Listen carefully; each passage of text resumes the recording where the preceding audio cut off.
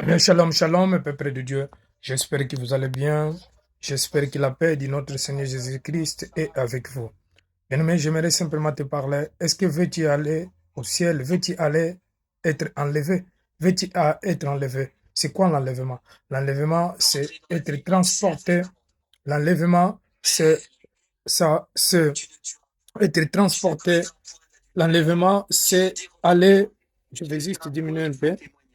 Donc, c'est aller être enlevé, comme Paul il était enlevé dans le troisième ciel, comme Enoch il était enlevé, il était transporté au ciel, comme Élie il était transporté dans les chars de, spirituels ou dans les chars de Dieu.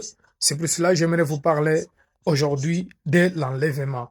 Bien aimé, la Bible nous déclare dans le 1er Corinthiens chapitre 15 à partir du verset 1, mais vous pouvez lire, plutôt vous pouvez lire à partir de 50, donc à 52, il parle d'enlèvement. Donc dans un clin d'œil, nous serons enlevés.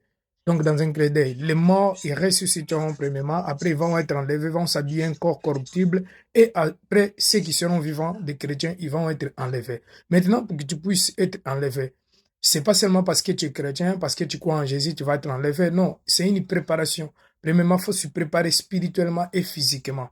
Donc, il faut se dépouiller de tout ce qui est du monde, comme Christ s'est dépouillé. Il a laissé son trône, il a laissé son royaume et sa gloire, il est venu dans ce monde. Et Christ, il est venu comme un serviteur, il est venu comme un homme, il est venu comme importe qui. C'est juste que les gens les reconnus, les Juifs sont reconnus Jésus lorsque Jésus-Christ, il faisait des miracles. Sinon, personne ne pouvait les reconnaître selon Ésaïe 53.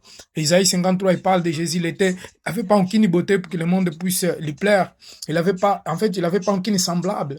Il avait pas aucune gloire. Il n'avait pas la forme d'un roi. C'est pour cela que les Juifs ils ont rejeté Jésus. Pourtant, et que Jésus-Christ ne pouvait pas venir comme un roi, puisqu'il est venu pour mourir.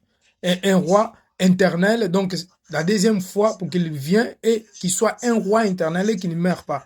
Mais quand il est venu, il devait venir mourir et racheter son peuple. Parce que le peuple de Dieu, il n'était pas encore racheté. C'est pour cela qu'il est venu pour racheter son peuple. Il devait mourir sur la croix à travers de son sang pour que son peuple puisse être racheté.